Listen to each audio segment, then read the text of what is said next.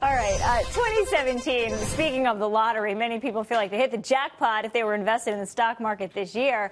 Joining us to take a look back at 2017 and a look ahead to 2018, because a lot of folks are saying, well, look, the S&P 500 up 20% in 2017. How do you top that? Melissa Armo, owner of the stock Swoosh, and Ariane Vodani at MV Financial join us now to look into their crystal balls. Good morning. Melissa, we're going to start with you.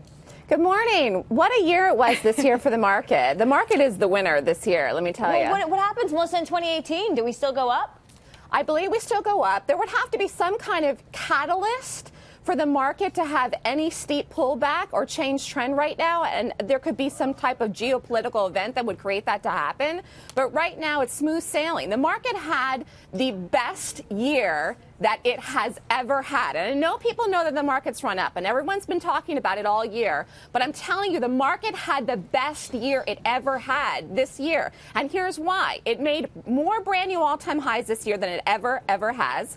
It had more follow through with bullish gaps. Every bearish gap down was quickly bought up. There were only two pullbacks in March and August that you could have technically bought the market into a pullback, into a rally. And I don't know what today brings, so we won't know till 4 o'clock. But I'm telling you, there's a chance the market might close today and make another brand new all-time high today on the last trading day of the year. And that would just be more confirmation that in 2018 we're going to move higher. Which would be, for the Dow, 72 record highs. And we're about 163 points away from 25,000.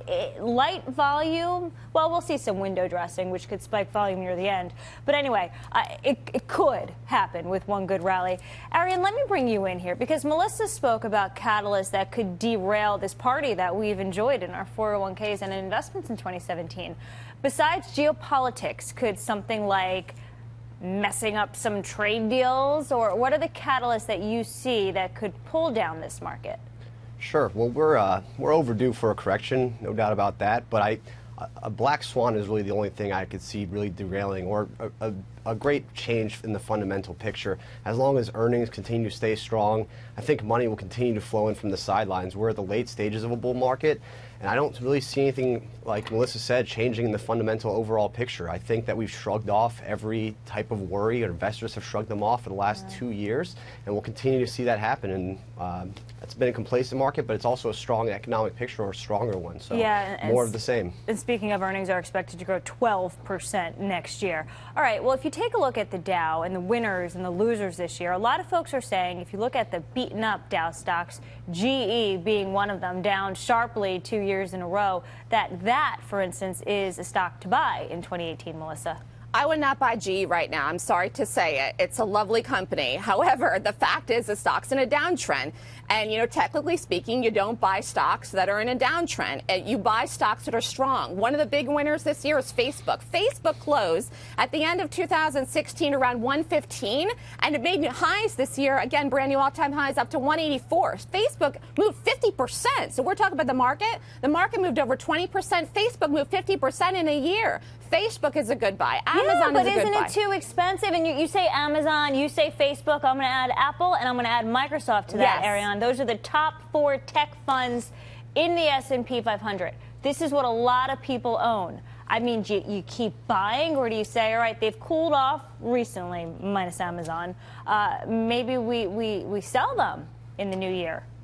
I would hold. I mean, it's always a good strategy, right, to buy the losers and sell your winners. But at this point, those companies are going to remain strong, and there's no reason to really sell. You might miss out on potential upside. I think generally you want to have a good array of different sectors and stocks in your portfolio. You want to remain disciplined. Hold. Now is not the time to really make any fundamental changes, because again, like we talked about, things are looking good and remain the same. Is there a place for GE or these companies that are in a downward trend or doing poorly? Sure. But when you buy them, that's anyone's bet.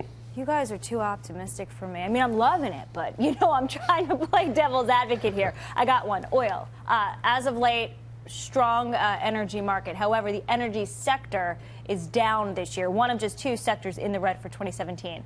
Is this a sector beaten up, in quotes, to buy in the new year? Melissa? Well, I would say anything that's in a downtrend when the market's in an uptrend isn't good to buy. You were talking about on the cheap. The problem is that when something's cheap, it could keep going down, down, down until it rides back up again. So you don't want to buy something and then be down before it goes up. The idea is to buy something and then you're up right away. So you get small sides. So different oil stocks have been doing better than others. You have to pick and choose, I think, which ones you go for. But I think the tech stocks are the ones that you want to focus on. Just get small sizes, even though they're expensive. You're better to have less size and quantity. And if you're a long-term investor, it really shouldn't matter because you're riding it out for the long haul. If you're a trader, you're in and out for a day or two, and so that's up to you. It depends what your time horizon is. What about Bitcoin, Arian? That's a good way we could all make money in the new year, right?